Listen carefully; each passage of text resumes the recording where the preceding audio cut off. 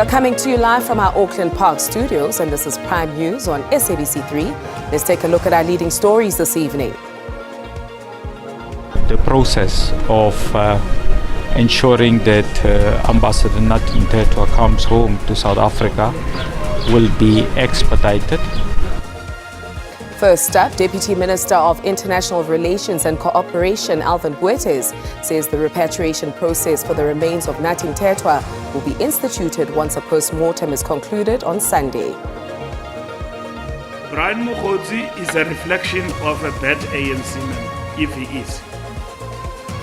Because he is implicated on siphoning money in the name of the ANC.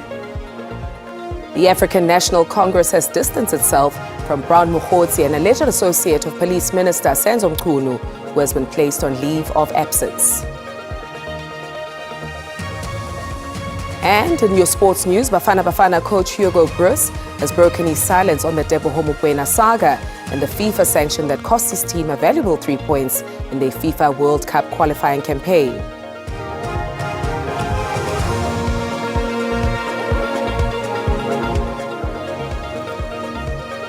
Good evening and welcome to your 8 o'clock news bulletin. My name is Beki Mutumomolete and this is Prime News on SABC 3. Lots happening in the world around us. Let's cut to the chase and take a look at our leading stories this evening.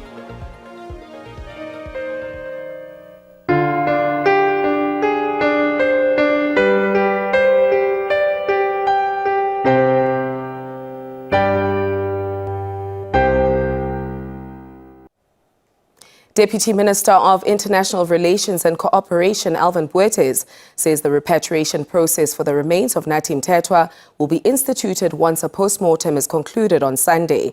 Bwethes addressed the media at the Mthethwa home in Kwambonambi on the KwaZulu-Natal North Coast. He was accompanied by national and provincial leaders of the ANC. Mthethwa, the SA ambassador to France, died in Paris on Tuesday after he reportedly fell from the 22nd floor of the Hyatt Regency Hotel. Paying homage to their fellow comrade, the ANC accompanied the International Relations Ministry. The visit to the Mthethwa family signifies an official report back on government's efforts in fast-tracking the repatriation process. The process of ensuring that Ambassador Mthethwa comes home to South Africa will be expedited.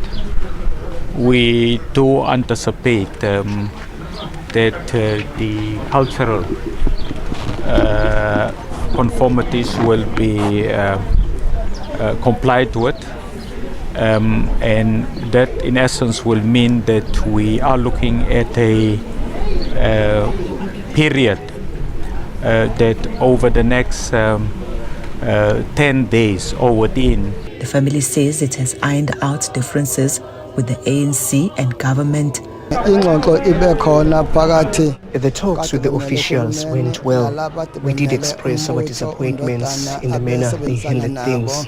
But now we have made peace. We are now planning a way forward. The family says they are working closely with the Department of International Relations and Cooperation to bring Mthethwa home for a memorial and a funeral worthy of his legacy. Nonjabulo Mtongwa Makamu, SABC News, Kwambonambi.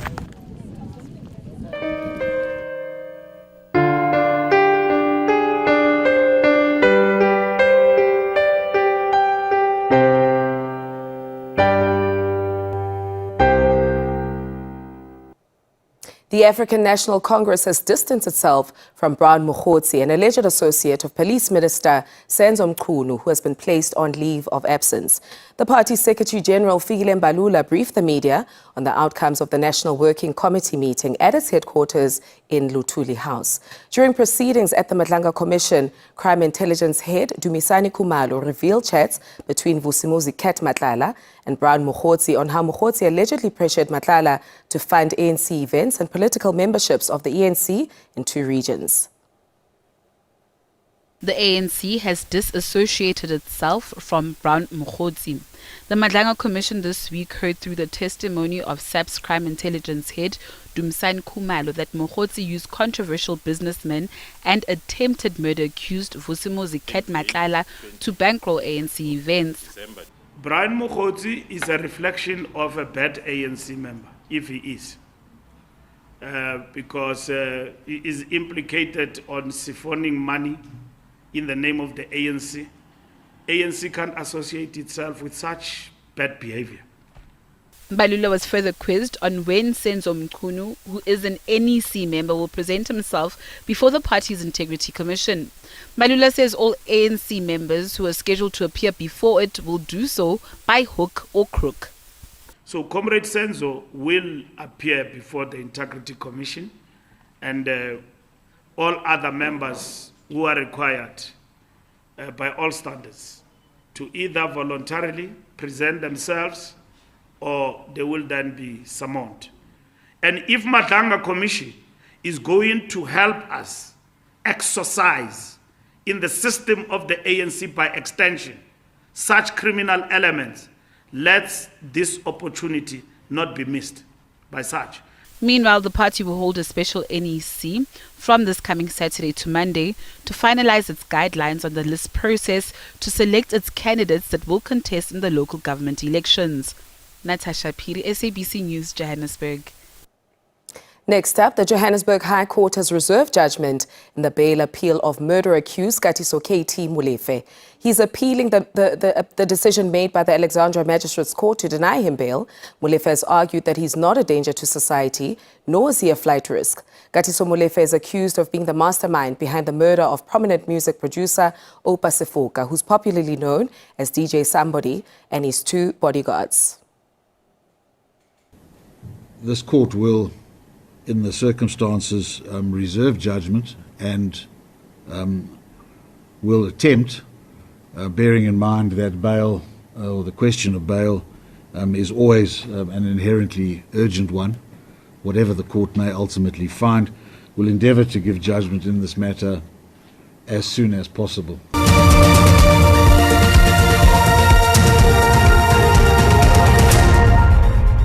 We are back with more and on to the following. The National Assembly Speaker, Togo Didiza, says the resolutions of the 11th G20 Parliamentary Speakers Summit will be taken to the G20 Leaders Summit to be held in Johannesburg next month.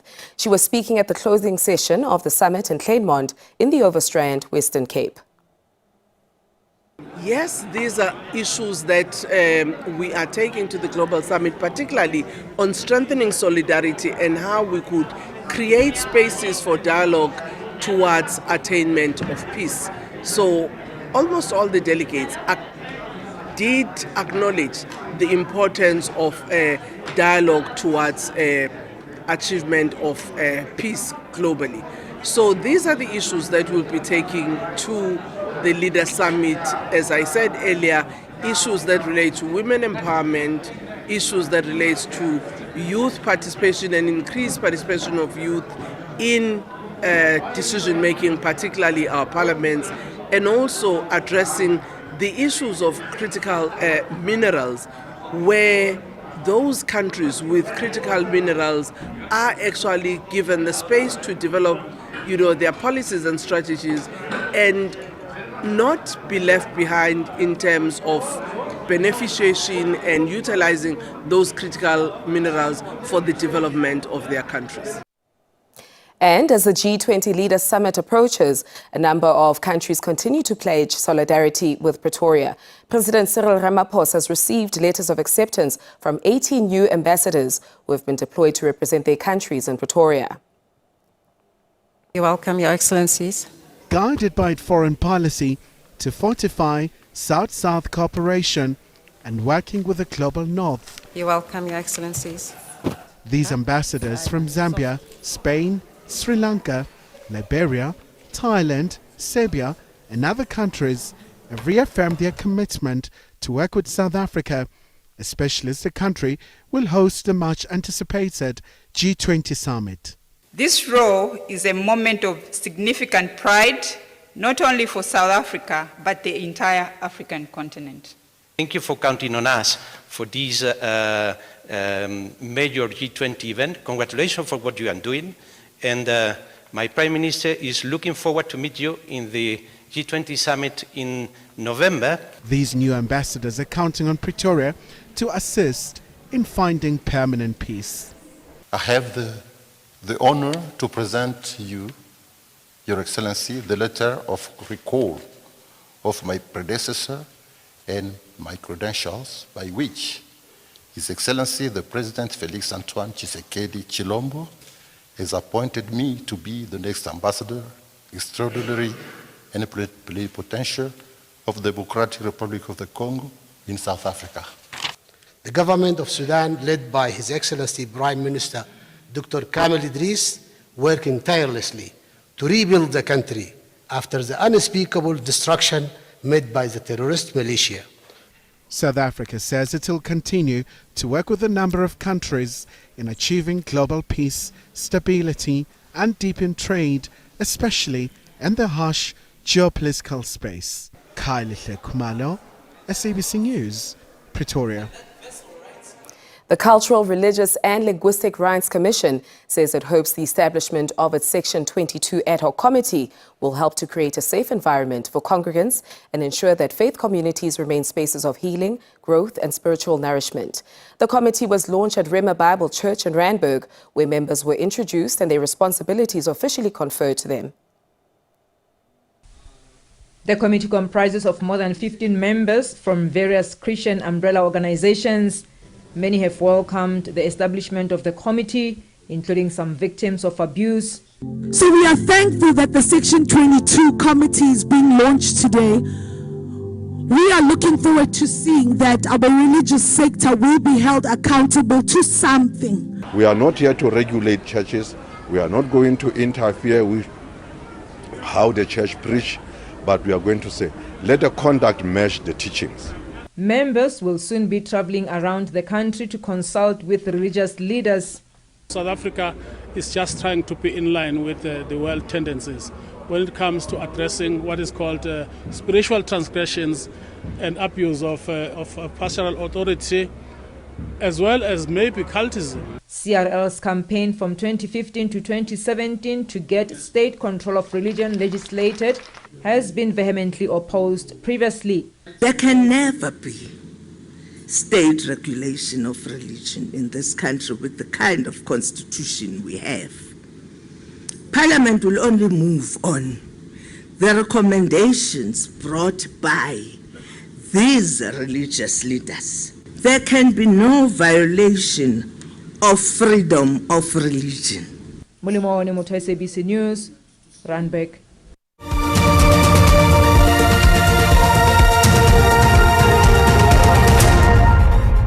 Thank you for staying with us. The headlines continue. African countries must aggressively strengthen domestic health financing resilience and reduce dependence on unreliable external aid to overcome a deepening funding crisis. That's according to South Africa's Minister of Finance, Enoch Godongwana. He was speaking at the 8th session of the Africa Union Specialized Technical Committee on Finance, Monetary Affairs, Economic Planning and Integration. The African Union Specialized Technical Committee meeting brings together finance ministers, central bank governors and heads of multilateral institutions from across the continent to forge a united approach to critical financial and health policy challenges. Finance Minister Enoch Godongwana warned that Africa's health sector is currently underfunded and overstretched, with the crisis compounded by global economic pressures, including mounting debt service obligations. These challenges demand that we take the charge in strengthening the resilience of our health financing while strategically weaning out ourselves of external financing that is becoming less reliable. There are calls for this meeting to be a turning point, which marks a commitment to transformation. That's amid the global trade tensions threatening growth and as health aid for the continent has declined, leaving countries with a huge debt burden. The spirit of multilateralism and cooperation on which our progress depends has been retreating, replaced by fragmentation and insecurity. Delegates heard that the Africa Credit Rating Agency, AFCRA, a new initiative to provide alternative assessments of repayment risk on the continent, will become operational next year. It's seen as a solution to what is often seen as a biased risk rating against the continent. APRM is currently in the process of registering AFCRA and securing a license to issue credit ratings. In parallel, we are assessing additional jurisdictions across Africa that will host AFCRA's regional subsidiaries. SABC News, Johannesburg. The search for a missing British tourist in Mkhuze in northern KwaZulu-Natal has entered its 6th day. 71-year-old Elaine McSorley, who was booked in with a group of tourists for a one-night stay in the Ghost Mountain Inn and Safari's luxury hotel, went missing while on a walk with a companion. On Saturday, the couple reportedly decided to take a walk to the nearby dam, but halfway through their short trip to the dam, the man complained about the heat and returned to the hotel. The woman continued with the trip to the dam and never returned to the hotel. She was reportedly missing on Saturday evening and police commenced with the search. On Sunday, the map she was using to get to the dam was found along the route.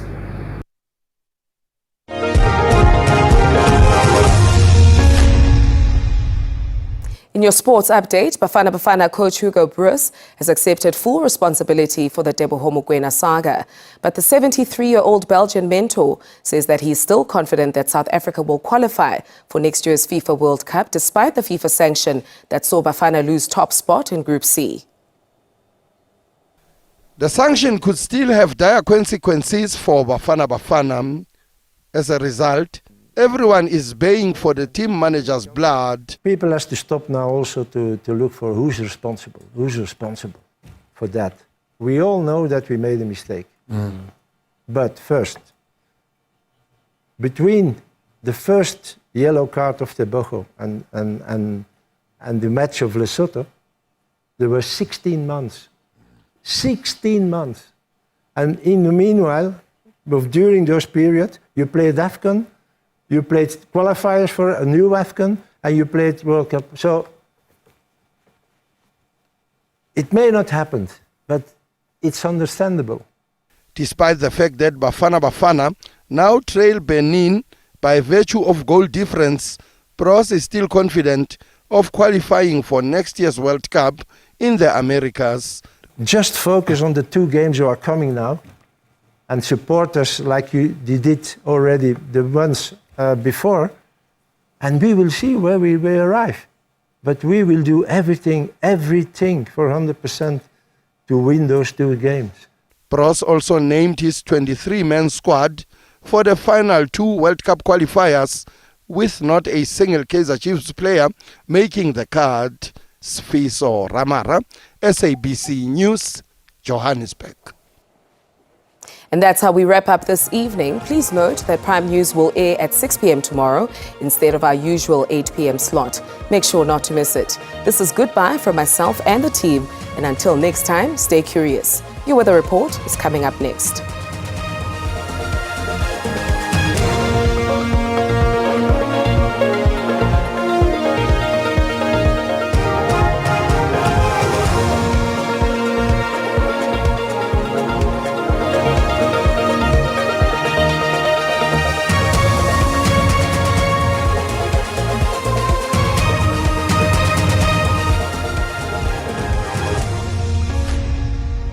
Good evening to you. Let's take a look at all your weather details. Clear conditions overnight through the Northern Cape and parts of the Northwest Province, as well as the Free State. But partly cloudy skies expected in the Western Cape. Isolated showers for the east coast of the country, with some scattered rainfall expected along the coastal areas of the Eastern Cape. Be on the lookout as well for high wind speeds along the eastern coastline towards Durban, whilst Johannesburg is expecting some cloudy conditions this evening in towards Friday. Cloudy conditions remain for the north and northeastern parts of South Africa. Some isolated showers in the forecast for the eastern coastline of the country. Wind speeds in Quebec up to 35 kilometers an hour on Friday, but sunny conditions returning to Cape Town, and it remains sunny and clear through Bloemfontein and Uppington.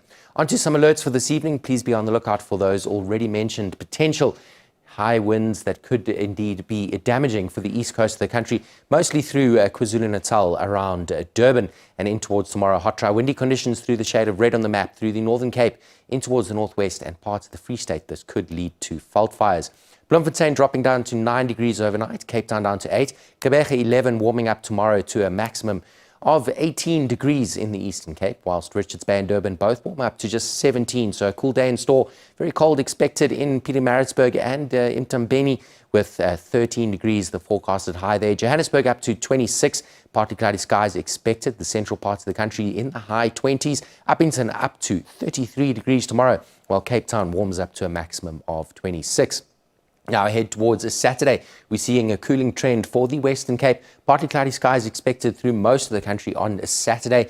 And we see cooler temperatures indeed through the interior of South Africa. That's in the Free State in towards the interior of KwaZulu-Natal. Partly cloudy skies with slightly warmer temperatures in the north.